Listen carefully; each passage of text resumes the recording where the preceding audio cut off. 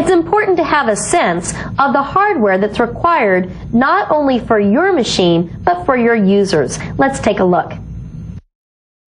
The actual hardware requirements are a 386DX processor with a 486 recommended. This is what Microsoft says. Furthermore, your operating system has to be at least Windows 95. Of course, Windows 98 works as well, or Windows 2000. Or you can use Windows NT 3.5.1 or later. The minimum RAM that's actually required is 12 megs of RAM under Windows 95 and 16 megs of RAM under Windows NT. And you also need a VGA monitor. Although these are the published hardware requirements, I really don't feel that they're acceptable for your users. I recommend much larger volumes of RAM than 12 for Windows 95 or 16 for Windows NT. In fact, I would say that 48 megs of RAM is a good starting point. Furthermore, the higher the processor, the better. Whereas your users can get by with less hardware, you as the developer should have even more hardware. Let's talk about the hardware that you should have. I recommend that you have at least a Pentium 133 or higher, and 64 megs of RAM for you as a developer is a bare minimum.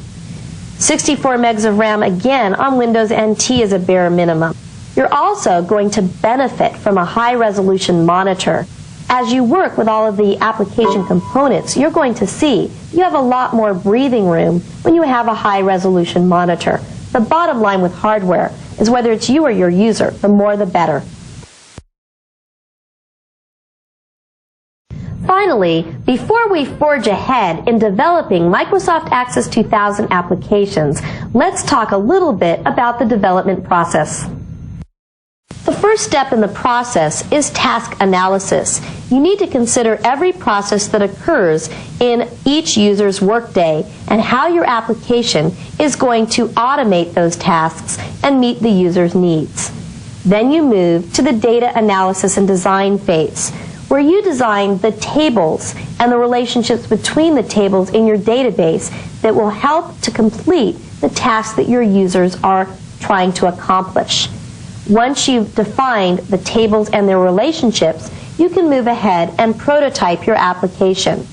Prototyping involves beginning the process of building the forms and reports and other objects that make up your database.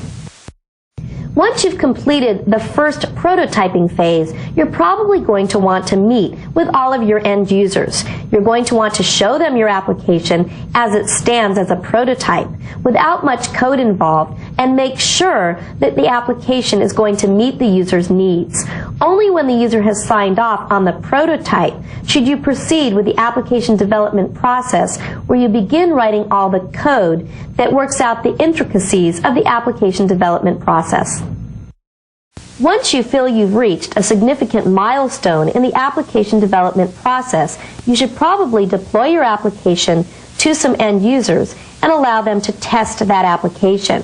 Many times I find you need to loop back to the task analysis, data analysis and design, and prototyping phase when your end users are testing your applications and find problems.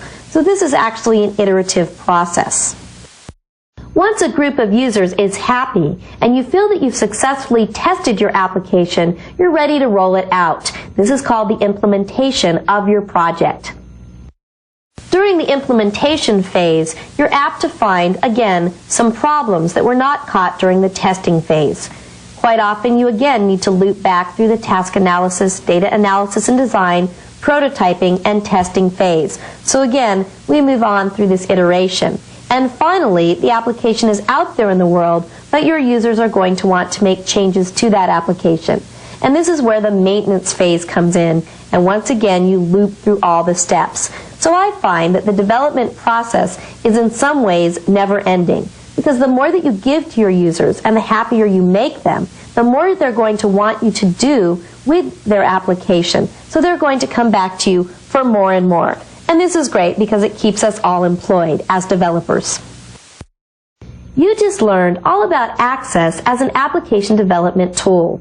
You learned about the types of applications that you can develop using Microsoft Access 2000. You learned what exactly is a database, and we explored each type of object available in the database container. We explored the object naming conventions and discussed the hardware requirements for an Access 2000 application. We also talked about how you get started in developing an Access application.